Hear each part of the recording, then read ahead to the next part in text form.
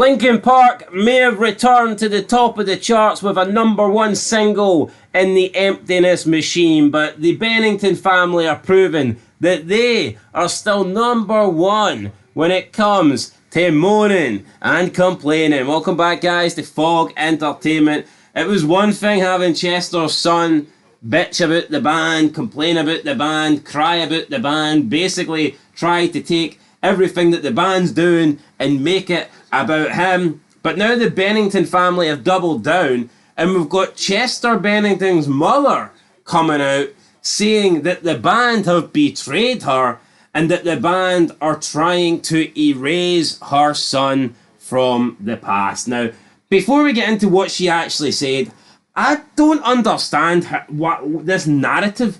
See, if they're not happy that they're continuing on, that's one thing, right? Just say that. But why are they making up lies that the band are trying to... That's a horrible thing to say, in my opinion. Yeah, it's a mighty accusation. No, it's an insane... Yo, that sounds like Jamie Bennington. I mean, who knows? Like son, like grandma. Maybe he's feeding his grandmother this stuff to say, for all we know.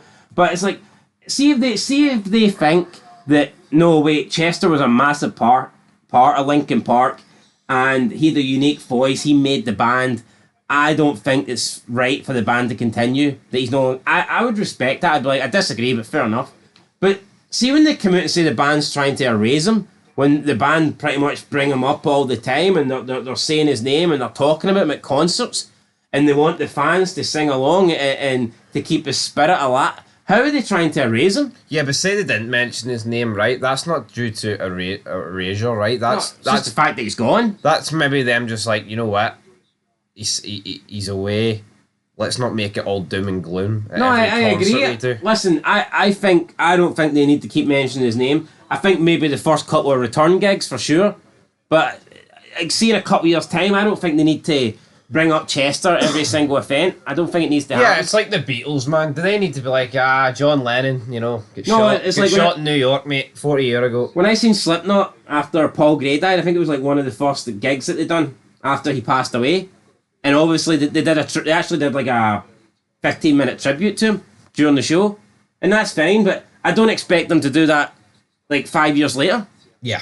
So anyway, maybe they're just hurt, right, that the band that their son's so known for is continuing. Just say that. Don't pretend that the group... No, I don't like the Benningtons, man, I don't. Anyway, the wrong way. She did an interview with Rolling Stone, and it just seems like I'm assuming these, like, I'm assuming that meat outlets like Rolling Stone, I wouldn't be surprised if they're actually trying to instigate this, because why else would encourage this behaviour? Why else would they be reaching out to Chester Bennington's mum? Well, that's it. You know, but she did an interview. She gets a payday and they get clicks. Yeah, she did an interview with them, and she said her son's bandmates had assured her that they would inform her if they planned to reform. She said, quote, "I feel betrayed. They told me if they were ever going to do something, they would let me know. They didn't let me know. And they probably knew that I wasn't going to be very happy. I'm very upset about it." End of quote. Alright, I mean, that's her word against theirs. We don't know that they said that, and let's be honest, she's not a part of the band. They actually don't owe her anything. They didn't let me know. Who the fuck think you are? Chester Bennington's ma? I mean, they didn't let me know. They honestly don't owe her anything. I don't... the entitlement coming from this Bennington family is crazy. Is it a simple case, right, that the royalties... Did Chester let her know before he took his life? I don't know. Is it just a simple case, right? That's a good one. But I mean, is it a simple case, right, that the family members of Chester Bennington, the royalties have dried up and they're not making a dime? I mean, and that's it. It's as simple as that. I think that could very well be it. I think what they're doing is here. I think they're trying to cause an outrage. I think they're trying to, paint the band with tarnish the band with this brush, in hopes that if this causes enough outrage and enough Linkin Park fans think that what the band are doing is not right, then that will maybe force the band into perhaps negotiating something with the Bennington family to continue paying them some sort of like royalties, like you that could very well be the case. I wouldn't be surprised at all if that is what they're doing.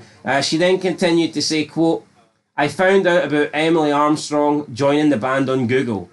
When I go to Google to look for something, the first thing that often pops up is Linkin Park. And I saw the whole thing of, we have an announcement that whole week. They were at the top. If you go, enter anything into Google. I don't think there's anybody in the world that has the same voice as Chester. And when I heard that, I was just so repelled that no, they're trying to do exactly what Chester did, but they're not succeeding at it. Ultimately, it is in the band's hands, not to those. The band are trying very hard to erase the past. End of quote. Again, so I mean, she's, first of all, when you go into Google, I'm pretty sure you have to type things in for stuff to come up. You don't go into Google and Linkin Park automatically show. Yeah. You first have to be searching for something. And for Linkin Park to show up, you would need to be searching for Linkin Park.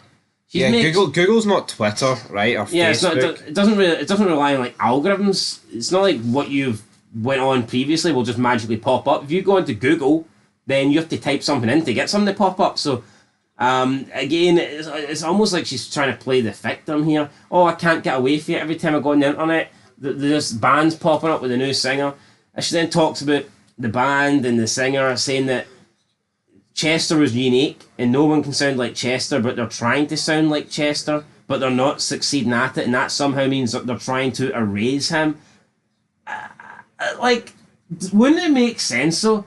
Like, if they're known for a certain style and their songs are like iconic, would it not make sense for the new singer to try and sing the songs the way Chester did? Like, does that not make sense? Am I wrong? Of course it makes sense, but not to these fuds here. See if it was nothing like him and they turned into a country band, they'd be going through, or they've ruined the legacy, or they've ruined the sound, or whatever. Can't win. Honestly, man, I don't get this, and the whole, they're trying to erase him. I mean, it just, see if she doesn't like them, then just don't be talking. Why are you talking about them? Why Where's are you... the door? No, I mean, just trying to make money. Music critic, though, Mark Beaumont from The Independent, he has come out and says that Linkin Park are putting their legacy at stake by reuniting, which is, I mean, I don't... I think you could argue your legacy... They could improve their legacy. I mean, if you leave your legacy at your lead singer committing suicide... That's not a great legacy to have. Yeah, they want to rewrite it. Maybe they don't want to go out and that be the final thought of people when Linkin Park is brought up. They're all young enough, man. We're talking about people in their like late 30s, 40s, right? They could easily have like another 20, 30 years. Easy. Yeah, it's like... I mean, no, I've seen 30 years, right? We're still going to remember Chester Bennington. But is it not better in 30 years that they reinvented themselves rather than fucking crying and drinking and taking drugs? Oh, Chester killed himself. I mean, come on. Yeah, I mean, if you look at boxing, for example, I mean, some people maybe lose and then they'll temporarily retire and then they're thinking, like, you know what, I don't want that to be my last memory of people. I don't want people to think of me as a guy that lost and quit. Sometimes they come back out of retirement.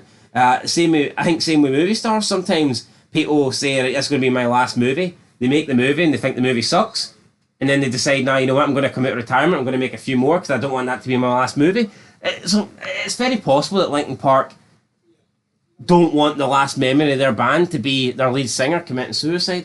Anyway, this guy went on to say, quote, ultimately it's in the band's hands, not those of the Bennington family, as to who they feel will serve best their music going forward.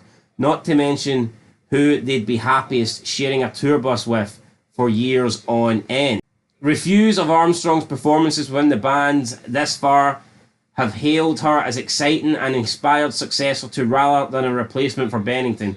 But unless those valid criticisms are swiftly and comprehensively addressed, the Linkin Park comeback might well be doomed from the off, in danger of stalling in the quicksand of public opinion. End of quote. I mean, at least this guy acknowledges, the Independent article writer, at least he acknowledges that it is up to the band and not the Chester Bennington family, which is 100% spot on. I just think we live in a woke world where Chester Bennington is supposed to be hailed as this hero because he killed himself. And if anything, he let the band down. He did. And that's the reality of it.